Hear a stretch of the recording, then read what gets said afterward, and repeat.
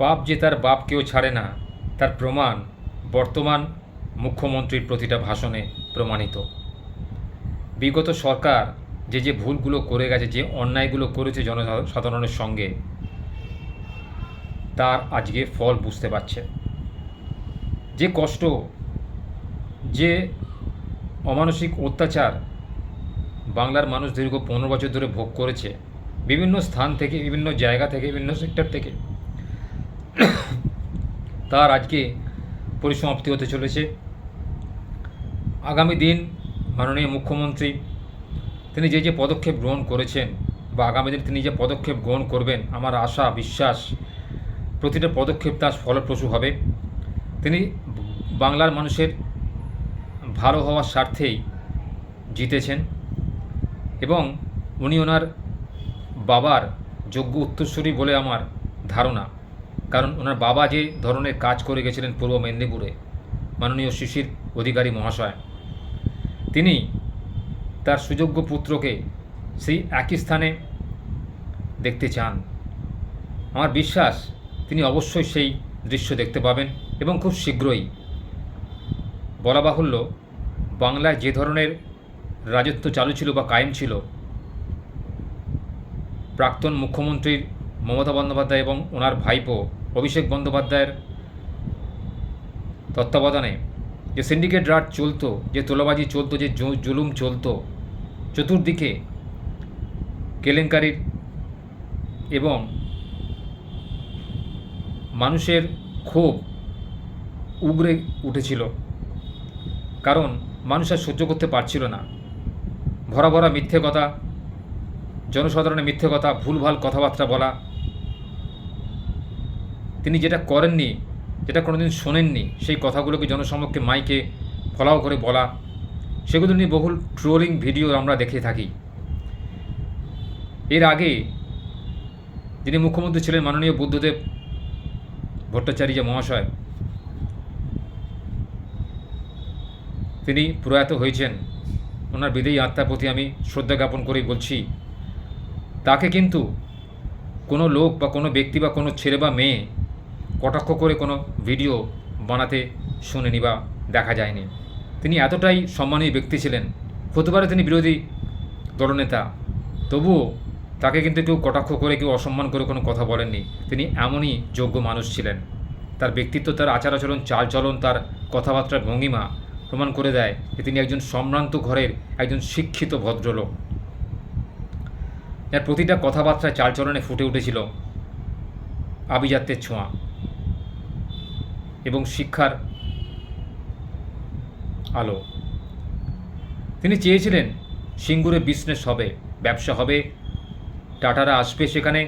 টাটার ন্যানো গাড়ির কারখানা তো হবেই, তার আশেপাশে আনুষঙ্গিক বহু কারখানা গড়ে উঠবে ছোটো বড়ো, যেগুলো কুটির শিল্প কিংবা ছোটোখাটো মাঝারি শিল্প হিসেবে পরিগণিত হবে, যেগুলো টাটা কারখানাকে তাদের প্রয়োজনীয় যন্ত্রাংশ সরবরাহ করতে পারবে। তাতে বহু লোকের কর্মসংস্থান হতে পারে বা পারত। কিন্তু প্রাক্তন মুখ্যমন্ত্রী মমতা বন্দ্যোপাধ্যায় সেটা হতে দেননি। তিনি তার রাজনৈতিক দলকে সক্রিয় করার জন্য মানুষকে ভুল বুঝিয়ে রাতারাতি সেই স্থান দখল করে নিয়েছিল। আর বলা বাহুল্য, এটা আমরা সবাই জানি, রতন টাটা যে ক্ষতি স্বীকার করেছিলেন একটি নবনির্মিত কারখানা কিছুটা তৈরি হওয়ার পরে সেটাকে ভেঙে ফেলতে হয়েছিল বা তাকে তুলে নিয়ে গিয়ে সুদূর গুজরাটে নরেন্দ্র মোদীর আহ্বানে তিনি চলে গেছিলেন। সেখান থেকে কারখানা থেকে গাড়ি বের করেছিলেন তিনি, ন্যানো গাড়ি। যে কারখানাটা পশ্চিমবঙ্গে হতে পারত সেটা কিন্তু গুজরাট থেকে বেরিয়ে গেছে। ফলে আমাদের কপালে সেই অন্ধকারে জুটেছে। আজকে টাটার মতো সজ্জন ব্যক্তি, যার 63% তিনি চ্যারিটি করতেন তার নিট ইনকামের, কারণ তিনি নিঃসন্তান ছিলেন বলে, সেই সজ্জন ব্যক্তিকে কেউ ঠকাতে পারে আমি এই প্রথম দেখলাম। তার মতো সজ্জন ব্যক্তি যিনি এক কথাতে বহু পরিবর্তন আনতে সক্ষম ছিলেন, তার বহু অবদান রয়েছে।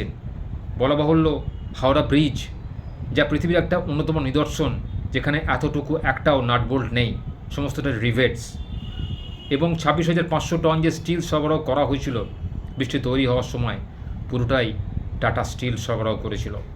সেই নিদর্শন থেকে আমরা অনেক কিছু শিখেছি, জেনেছি। তার অনেক কীর্তি আমরা জানি। সেই ব্যক্তিকে তিনি হাঁটিয়ে তার নিজের তৃণমূল পার্টি মামাটি মানুষের সরকারকে সেখানে কায়েম করার জন্য সাধারণ মানুষকে ভুল বুঝিয়েছিলেন। তাদের জমি নাকি জোর করে দখল করে নেওয়া হচ্ছিল, তারা তাদের যোগ্য দাম পাবে না, তাই অবিলম্বে এই সরকারকে উৎখাত করা হোক, অবিলম্বে এই সরকারের পতন হোক। বলা বাহুল্য সাধারণ মানুষও তাদের সেই কথাতে সায় দিয়েছিলেন। আজকে দীর্ঘ 15 বছর শোষণ করার পরে সেই রাজত্বের অবসান হয়েছে। মানুষ খুশি, মানুষ আজকে নিশ্চিন্তে রাতে ঘুমোতে পারেন। বাড়ির মেয়েরা নিশ্চিন্তে রাত্রি 10টার পরেও তার কর্মস্থল থেকে বাড়ি ফিরতে পারবে, কারণ সেই জমানা আর নেই। আজকে তিনি যে জোর কণ্ঠে প্রচার করছেন যে সমাজ থেকে তোলাবাজি, জুলুমবাজি এবং ইফটিজিং সমস্ত কিছু দূরীভূত হবে, আমার বিশ্বাস তিনি সেটা করতে পারবেন। তার উদাত্ত কণ্ঠে সেই বক্তৃতা শুনে সবারই মনে হচ্ছে তিনিই পারবেন করতে, কারণ তার রক্তে সেই বীর যোদ্ধার রক্ত বইছে। যার রক্তে কোনো বীর যোদ্ধার রক্ত বইবে তিনি কখনোই খারাপ কাজ করতে পারেন না। তার বাবা মাননীয় শিশির অধিকারী মহাশয় এখনও বেঁচে রয়েছেন, তার ছেলের গুণগান তিনি করবেনই।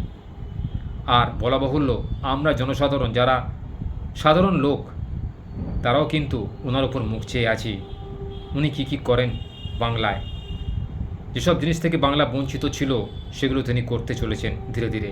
এবং আমার দৃঢ় বিশ্বাস বিগত সরকার যে ভুলগুলো করে গেছেন সেই ভুলের তো মাসুল হয় না, এবং তাদেরকে কঠোর শাস্তি প্রদান করা হোক। তারা যদি কোনো রকমের কোনো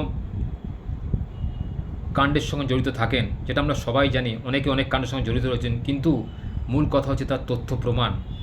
যদি তথ্য প্রমাণ সঠিক পাওয়া যায় হাতেতে, তাহলে তাদেরকে জেল হেফাজত থেকে কেউই বাঁচাতে পারবে না।